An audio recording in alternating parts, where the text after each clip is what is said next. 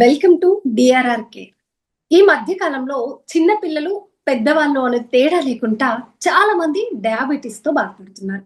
అసలు డయాబెటీస్ ఎందుకు వస్తుంది, ఏంటి కారణాలు, ఏంటి మనం ఉండే లైఫ్ స్టైలా ఏంటి అనేది తెలుసుకోవడానికి మనతో డాక్టర్ దామోదర్ గారు ఉన్నారు. వారిని అడిగి క్లారిటీగా అసలు డయాబెటీస్ ఏంటి, ప్రీ డయాబెటీస్ ఏంటి అనేది తెలుసుకుందాం.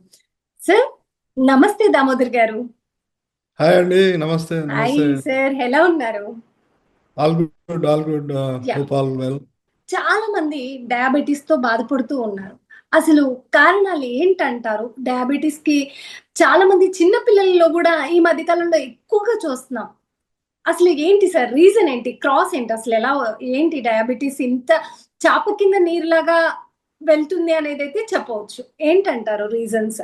అంటే dreadful disease all over the world, అంటే ప్రపంచవ్యాప్తంగా డ్రెడ్ఫుల్ డిసీజ్.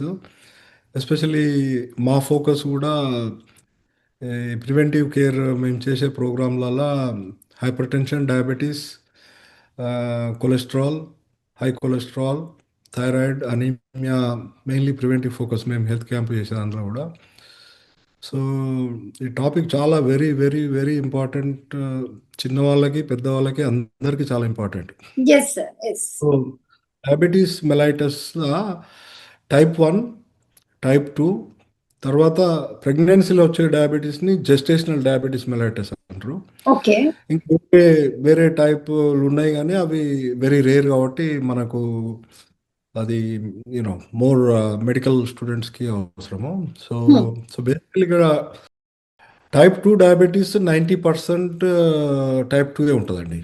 చిన్న క్లారిఫికేషన్, టైప్ 1 డయాబెటీస్ అంటే ఏంటి, టైప్ 2 డయాబెటీస్ అంటే ఏంటి, డిఫరెన్స్ ఏంటి సార్? సో అయితే టైప్ 2 డయాబెటీస్ అంటే బేసికల్లీ ఏంటంటే ఇన్సులిన్, ఇక్కడ ఇటియాలజీలో పోతే మనం ప్యాంక్రియాస్ మెయిన్ అన్నట్టు కారణము. సో ఇన్సులిన్ ప్రొడక్షన్ వచ్చేది ప్యాంక్రియాస్ నుంచి వస్తుంది. సో ప్యాంక్రియాస్లో ఐలెట్ సెల్స్ అంటారు దాన్ని. యూనో ఐలెట్ సెల్స్ ఏం చేస్తాయంటే బీటా సెల్స్. సో అవి ఇన్సులిన్ ప్రొడ్యూస్ చేస్తాయి. సో టైప్ 1లో ఏమవుతుందంటే అది యంగ్ ఏజ్లో వస్తుంది అది.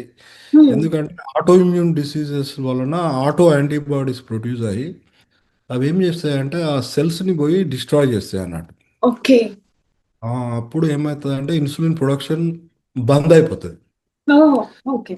అప్పుడు ఏమవుతుందంటే ఇంకా ఇన్సులిన్ లేదు కాబట్టి ఆ యంగ్ పీపుల్, యంగ్ కిడ్స్లో ఏమవుతుందంటే షుగర్ 600, 800 వరకు కూడా అవుతుంది అన్నట్టు. So symptoms rapid onset symptoms ఉంటాయి.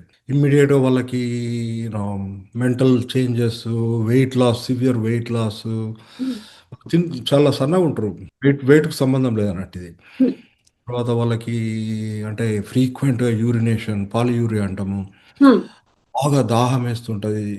వాళ్ళు ఒక స్టేజ్లో ఏమైందంటే కీటో అసిడోసిస్ అంటారు. ఆ స్టేజ్లో పోతే కోమా కూడా పోతారు అన్నట్టు. సో అందుకనే ర్యాపిడ్ సిమ్టమ్స్ ఉంటాయి అన్నట్టు. సో అది టైప్ 1. టైప్ 1లో ఏంటంటే ఇన్సులిన్ సిక్రేషన్ బంద్ అయిపోతుంది. Type 1 only 5% of the cases ఉంటాయి.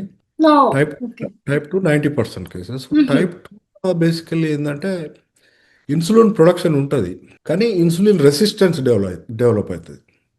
సో బాడీలో ఇన్సులిన్ ఉంది అని అది చేయాల్సిన పని ఏంది, గ్లూకోజ్ కంట్రోల్ చేయాలి, కార్బోహైడ్రేట్ మెటబాలిజం ఇన్సులిన్ కంట్రోల్ చేయాలి. కానీ ఆ ఇన్సులిన్కి రెసిస్టెన్స్ వస్తుంది. ఇప్పుడు మనం యాంటీబయాటిక్స్ ఫ్రీక్వెంట్గా తీసుకుంటే రెసిస్టెన్స్ వస్తుంటాం కదా.